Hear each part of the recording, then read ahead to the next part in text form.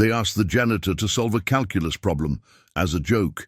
It happened on an ordinary Thursday in a half-empty classroom where students scrolled beneath their desks and a tired teacher searched for a way to spark attention. Mr. Halverson, known more for sarcasm than substance, saw the janitor mopping just outside the door and called out with a smirk, "Think you can solve this one, Mr. Jordan?" Laughter bubbled up. Phones were raised.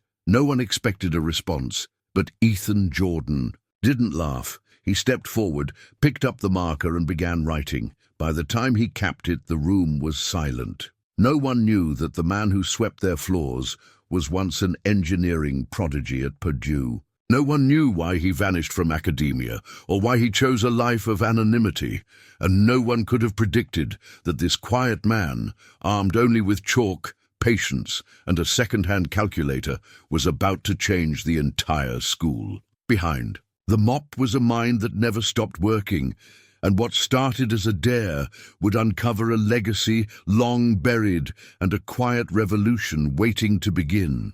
At the heart of this forgotten institution walks Ethan Jordan, 52, head janitor in name, ghost in practice. His forest green uniform bears a stitched name tag, but no one really uses it. To most, he's just the janitor. He moves through corridors like breath through glass, seen but not noticed. Ethan is quiet, methodical. Every night, after the hall's clear, he plugs in his off-brand earbuds and listens to old MIT engineering lectures on a scratched-up tablet he salvaged from the lost and found bin. While waxing floors, he recites differential equations to himself. Like a mantra, he straightens trophies he'll never win, fixes vending machines he doesn't use, and rewires light fixtures while solving physics riddles in his head. He's not just cleaning up the school's mess. He's trying to hold on to a part of himself the world forgot. Nobody knows that Ethan once had a full ride to Purdue for mechanical engineering. Nobody knows he tutored freshman calculus before. Life called him home to care for his mother. Nobody ever asked. Here in the ordinary world, Ethan is a shadow of who he once was. And no one sees the spark still alive beneath the dust. But that's about to change. With a dare, a whiteboard, and a single piece of chalk. It's fourth period. The classroom buzzes with the soft hum of apathy. Mr. Halverson stands at the whiteboard, dragging a dry marker through yet another tangled derivative. His voice is sharp, brittle from years of teaching students who no longer care. Equations stretch across the board like barbed wire. Half the class scrolls under desks. A few pretend to take notes. Eyes droop. Attention drifts. Outside, the rhythmic squeak-swish of a mop echoes faintly from the hallway. Then Halverson spots movement through the open door. Ethan Jordan, bent over his mop handle, wiping the last streaks of shoe mud near the lockers. The janitor, always hovering quietly at the edge of awareness. Halverson smirks. He's desperate for attention, a reaction, anything to break the stupor. He taps the marker against the board like a game show buzzer. "Well, look who's here. Mr. Jordan," he calls out, voice loud enough for the entire class. "Think you can solve this one?" The room erupts in awkward laughter, not mean-spirited but sharp-edged, the kind that seeks a target. Phones rise like periscopes, recording out of habit more than interest. Ethan freezes. The smell of Expo ink mingles with floor wax. Time slows. His heart thuds in his chest, not out of fear, but that old familiar ache, not again. He stares at the tangled equation on the board, a complex chain rule problem, the kind he used to breeze through in his sleep. A part of him wants to walk away. Another part whispers, "You know this. You've always known this." Halverson chuckles, already turning back to the board. "Didn't think so." But Ethan doesn't move away. Instead, he leans his mop against the wall, calmly, precisely, like a surgeon laying down a scalpel. He steps forward, slow but certain, and with it crosses the threshold from the shadows into the spotlight. The laughter dies down, replaced by curiosity and something else, anticipation. The call has been made, and Ethan finally is about to answer. As Ethan stands at the classroom threshold, whiteboard looming before him, a wave of heat creeps up his neck. His body is still, but inside, he's slipping through time. He's not in a high school hallway anymore. He's 19 again, sitting in a sunlit Purdue lab surrounded by humming oscilloscopes and coffee-stained textbooks. He remembers solving multivariable equations with ease, remembers professors nodding as he walked them through his logic like a second language. He remembers tutoring classmates who said he made math make sense for the first time. And then he remembers the phone call. His mother, Cassandra, collapsed at the textile plant. Stage 4 cancer, no savings, no one else to care for her. He left school just for the semester, then another. The scholarship lapsed. The lectures stopped. He packed away his textbooks, promised himself he'd come back. But life, like math, doesn't always allow remainders. Back in the present, his fingers twitch at his side. The whiteboard feels like a cliff edge. Every eye in the room is on him, some amused, some disinterested, one or two curious. But one student near the front row, a boy with slicked hair and AirPods, leans over to his friend and whispers, "He's not actually gonna try, right?" That laugh, that snicker, low, dismissive, almost sympathetic. It cuts deeper than mockery. It assumes he doesn't belong here. Ethan breathes in. That sound, that tone is the same one he heard when he applied for night classes, and the woman at the desk asked, "Do you even have the credits?" It's the same tone they used when he mopped under the honor roll wall, and suddenly something inside him pushes forward. Not ego, not defiance, something older, something like pride. The quiet kind his mother carried when she'd say, "The world will try to shut the door. Bring your own key." His jaw tightens, his gaze lifts to the board. He takes a step in. The refusal burns off like fog in sunlight, not erased, but overcome. Ethan stands before the whiteboard, marker in hand. His calloused fingers, accustomed to ammonia spray triggers and wrench handles, now grip a chisel of a different kind. The class is silent, the kind of silence that teeters between suspense and disbelief. Mr. Halverson leans against his desk, arms crossed. Somewhere a phone still quietly records. Ethan doesn't move yet. He stares at the equation. But he's not really seeing symbols. He's hearing a voice. His mentor isn't in the room, but she is always in the room. Cassandra Jordan, his mother, sits vividly in his mind. A woman who never finished high school but could break down a mortgage. Contract line by line. A woman who read textbooks to him after factory shifts, who patched holes in her gloves and still told him, "Your mind is not a burden, it's your blessing. Don't ever shrink it for anyone." Ethan closes his eyes for a breath and hears her laugh, soft and raspy, whispering through the years. "The world will try to shut the door. Bring your own key." This moment, the ridicule, the pressure, the spotlight, she prepared him for it long ago, not with lectures, but with unwavering belief. Cassandra was the kind of mentor whose lessons didn't end with her life.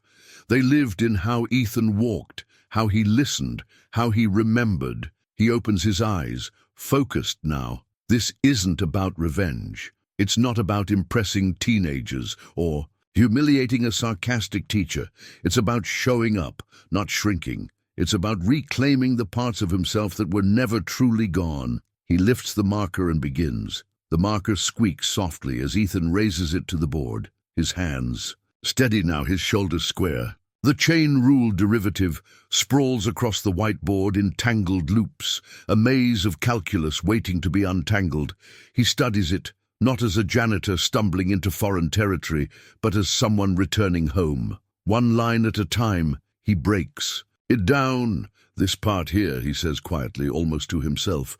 "You want to isolate the inner function first. Makes it cleaner. The classroom is frozen. Even the chronic texters and hallway whisperers have gone still." His voice is calm, not boastful, not uncertain, just precise. He works with the ease of a man who's done this hundreds of times, long before anyone in that room even knew his name. The rhythm returns to him like muscle memory.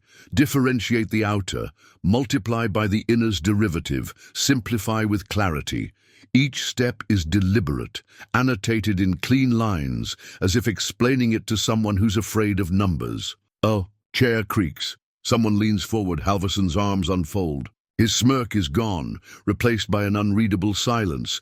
Ethan finishes the problem, caps the marker and turns, not to gloat, but to give it back, just as he used to after helping classmates at Purdue. "That's one way to do it," he says softly. For a moment, no one reacts. Then a voice from the back whispers, "He got it right." The air shifts, not explosive, not loud, just awe. Ethan picks up his mop and walks toward the door. His footsteps squeak on the linoleum, the same way they always have, but something has changed, not in the sound, in the way people hear it now. As he exits, phones are already buzzing. The clip is being shared, liked, sent, but Ethan doesn't. Notice, he's not chasing attention. He didn't walk into that room to be seen. He walked in to remember who he is, and with that step, marker in hand, back into the hallway, he crosses his threshold. From invisible to undeniable. The next morning, the school is different. The video of Ethan solving the derivative now lives on TikTok, Instagram, and a Reddit thread titled, "Our janitor just outmathed the calculus teacher." Teachers whisper in the lounge. Students rewatch. The clip between classes. The same halls where Ethan once passed unnoticed now hum with curiosity. But change, especially the kind that challenges comfort, comes with friction. Ethan doesn't know what to do with the attention. He still reports to work at 6 a.m., still polishes trophy cases and fixes jammed lockers. But students begin lingering outside the janitor's closet. One day a freshman shyly holds up a pre-algebra worksheet. "Do you tutor, Mr. Jordan?" Ethan blinks. The words feel foreign. "I used to," he says, "a long time ago. Soon, more come. At first, it's just 1 or 2 kids after school, then 5, then 12. He scribbles explanations on the back of delivery invoices, reuses discarded whiteboard sheets, cleans up the room and then teaches in it. But balancing both roles is exhausting. He hides lesson plans in his supply cart, preps tutoring guides on lunch breaks. His body tires, but something in his spirit rises. Allies. Troy Becker, a senior known for cutting class. Troy becomes Ethan's first dedicated student. After just 2 sessions, he solves a function in class for the first time all year. He begins showing up early, volunteering to carry supplies. Ms. Haynes, the physics teacher and former STEM club advisor. She's the first faculty member to speak in Ethan's defense when gossip grows loud. She lends him her lab projector and even offers her classroom as a backup tutoring space. Chloe Ramirez, the girl who posted the original video. She volunteers to help organize office hours for Ethan, scheduling students and tracking topics. She becomes an unofficial ambassador of the movement. Learn from Mr. J. He gets it. Principal Reynolds, initially neutral but observant. He begins asking deeper questions. Who is Ethan Jordan? He starts digging into Ethan's past and quietly pulls his old employment application. Enemies. Mr. Halverson, the calculus teacher whose dare sparked it all. Though outwardly quiet, he bristles as Ethan's influence grows. His pride wounded, he begins referring to Ethan's success as a lucky trick. He withholds recommendations, suggesting the school. Be careful who they let teach. Marcia Kincaid, PTA president and image-obsessed. She views Ethan as a liability. A janitor teaching calculus. She scoffs at board meetings. What precedent does that set? She lobbies to restrict Ethan's access to after-school spaces, citing liability issues. Board bureaucracy, not overt villains. But the system itself becomes an obstacle. Ethan lacks formal credentials, union teaching rights, or district clearance. Paperwork, policy, and protocol threaten to smother his rising impact. Ethan begins questioning himself again. He's not trying to disrupt the school. He just wants to help. But the attention is growing. The stakes are rising. He's pulled between duty and destiny, between staying invisible and being undeniably needed. In these weeks, Ethan is tested most by his own self-doubt. Do I deserve to be here? Am I really making a difference, or just creating noise? But the students keep showing up, and slowly the school begins to stir awake. By the 3rd week of tutoring, Ethan's quiet corner of the library feels like a classroom. There's no formal roll call, no grades, no desks, but students come anyway. They sprawl across beanbags and floor cushions, notebooks open, eyes alert. They don't just want answers. They want understanding. And Ethan gives it, not from a pedestal, but from beside them. Word spreads fast. Troy aces a calculus quiz. Chloe starts a math vlog featuring Mr. J's mini lessons. Ms. Haynes shares that her AP scores have gone up. Even Halverson, though, silent, stops mocking and starts watching. Then it happens. The district superintendent visits unexpectedly. He watches Ethan teach for 20 minutes, arms folded, expression unreadable. When the bell rings, he pulls Ethan aside. "You've got a gift, Mr. Jordan," he says, "and we'd like to offer you something more official." He lays it out, a provisional teaching license, expedited through emergency credentialing, a full-time faculty position starting next semester, professional development, staff benefits, a real classroom. Ethan stares at the offer. It's everything. He gave up, laid out on school district letterhead. That night, Ethan walks home past shuttered storefronts and streetlights flickering in fog. In his apartment, he pulls out a worn plastic bin, his Purdue sweatshirt, his old TI-89 calculator, still working, his acceptance letter, edges yellowed, and a photo, young Ethan and Cassandra, beaming on freshman move-in day. His eyes sting. He runs a thumb along the folds in the sweatshirt, once too big, now a second skin. Could he go back? Could he reclaim the life he abandoned without dishonoring? The one he lived. He imagines himself behind a desk, chalk in hand, Mr. Jordan etched on the door, but then he imagines the custodial closet, the one where the younger janitor, Luis, now depends on him for scheduling. He remembers the kids who come because it's not a classroom, because it's not formal, because Ethan is different, accessible, safe. Accepting this offer might help him fulfill the dreams he once had, but at what cost? The dream he's living. Now, this quiet, radical mentorship wasn't one he planned, but maybe it's the one that chose him. Ethan folds the sweatshirt back into the box, not with sadness, but with clarity. He knows now that the inmost cave isn't a job title. It's this choice. Will you measure your worth by what you achieve, or by what you give? And that answer he's learning is not found on any whiteboard. The turning point comes swiftly and painfully. A regional news segment airs, From Mop to Math Genius, How a Janitor Embarrassed His School into Excellence. The headline goes viral. Ethan's face is splashed across thumbnails, but the story spins wildly out of his hands. The segment cherry-picks footage, implying he exposed teacher incompetence and took over education where professionals had failed. The very next day, the school changes. Teachers who once admired Ethan withdraw. Ms. Haynes avoids eye contact. Mr. Halverson, visibly humiliated, closes his classroom door to Ethan's cleaning shift. The PTA, led by Marcia Kincaid, demands an investigation. Uncertified tutoring, classroom interference, viral exploitation. It's a liability issue now, she warns. The school board responds with a cease notice. All non-certified academic activities must be suspended pending review. Just like that, the library sessions stop. The corner where students once gathered goes quiet. That evening, Ethan stays late. He mops under the cafeteria sink, the echo of laughter from earlier weeks replaced by silence. He walks into the now empty library and picks up a forgotten notebook. It has Troy's name on it. Inside, a sketch of a rocket, and beneath it, because Mr. J says you don't have to be born smart, just stay curious. His hands tremble. What have I done? He never asked. To be seen, never wanted a spotlight. But now the fallout threatens everything. From his job to the fragile sense of self-worth he's just begun to rebuild. Alone in the janitor's closet, he opens the bin with the sweatshirt and calculator again. For the first time, he almost throws it all away.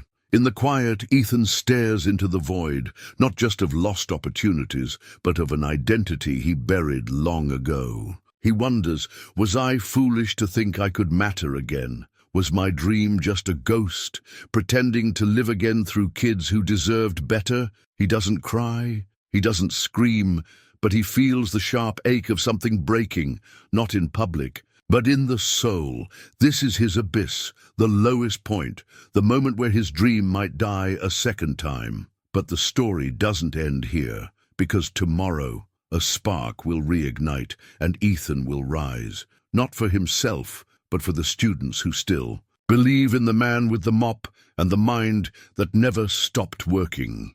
The next morning, Ethan shows up for work like always. No fanfare, no words, but the air feels different, tense, uncertain. Teachers look away. Students glance at him, unsure whether to wave or hide their respect behind silence. He sweeps the corridors, fixes a jammed locker, puts up a new hand sanitizer dispenser.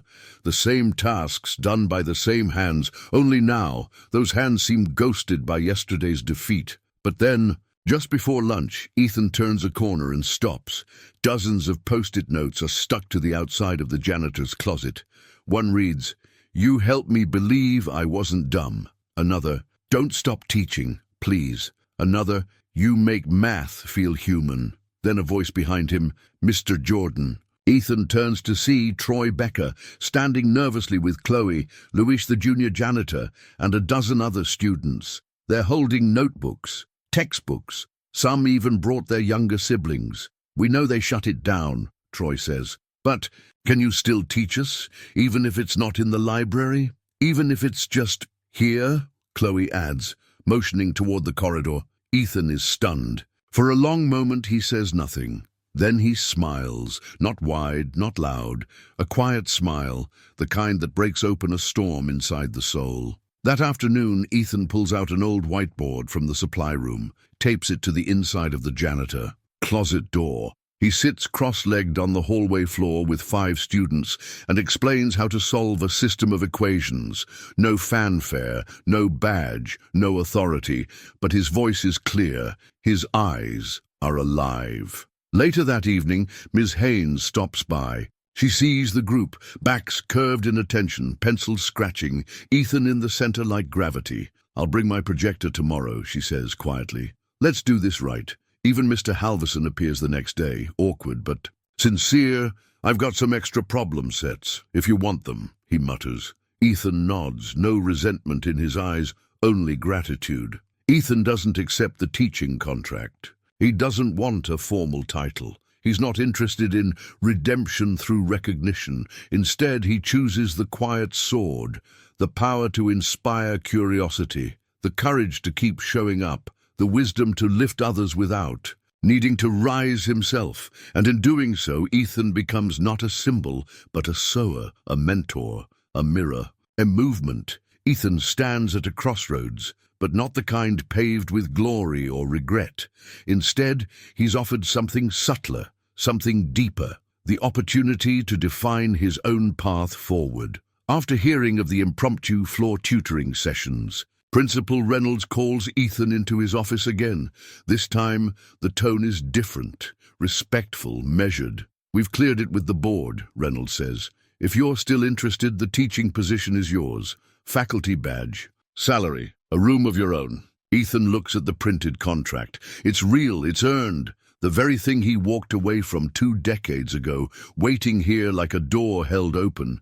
But this time, he doesn't need it. He slides the paper back across the desk. "I appreciate it," he says quietly, "but I think I'm already where I'm meant to be." Reynolds raises an eyebrow. "I'd rather keep it simple. Keep the door open, not closed. Let the kids come to learn, not because they have to, but because they want to." The principal nods slowly. He understands. Sometimes leadership doesn't wear a title. It just shows up. A compromise is reached. Ethan remains head custodian. He's also given official after-school hours to run an open tutoring program from the library, co-supported by Ms. Haynes and eventually Halverson. His program is optional, volunteer-based, and always free. Students can drop in for help, stay for inspiration, or simply watch and listen. It's not a traditional classroom, but it's something better, a sanctuary of learning, a space of trust. Luis, the young part-time janitor,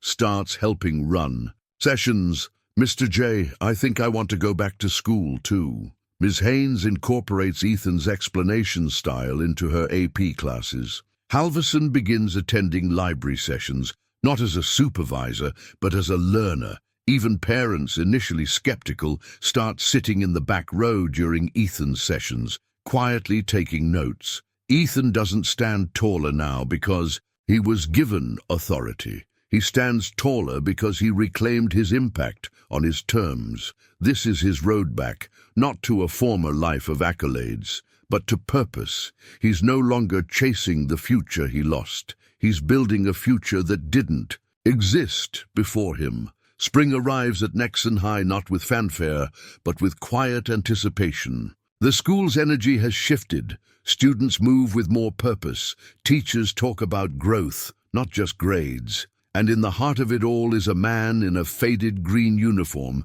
surrounded by notebooks, chalkboards, and a ripple of respect that can't be faked.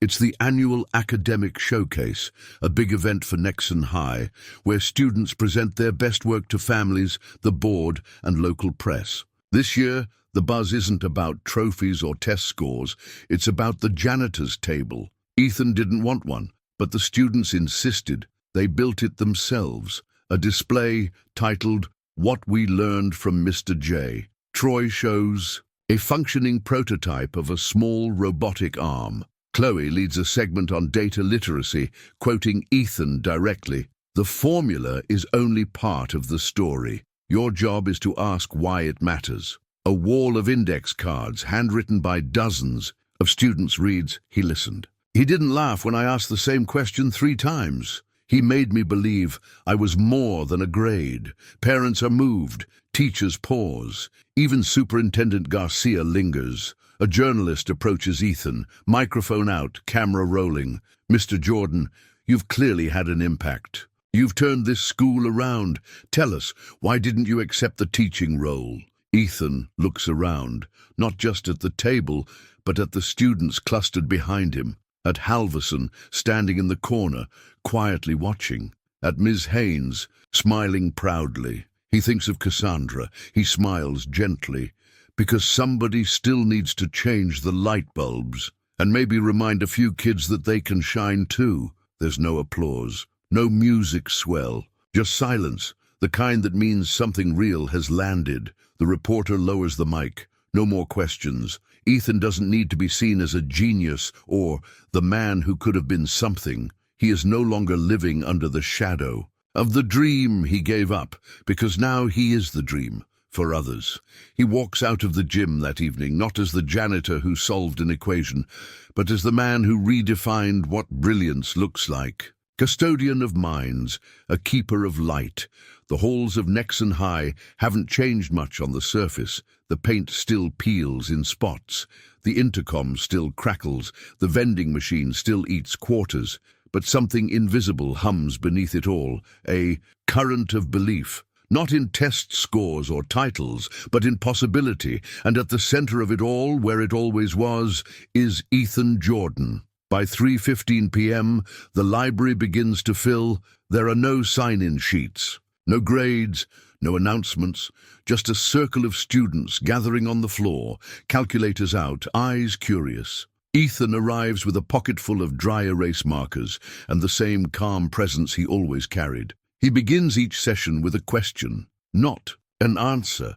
What's something you didn't understand this week, but want to? No pressure, just learning, just growth. Luis, the junior custodian, enrolls in night classes. Troy is accepted into a state engineering program, his personal essay titled "Lessons from a Janitor." Ms. Haynes retools her syllabus to include student-led mini-lectures inspired by Ethan's method.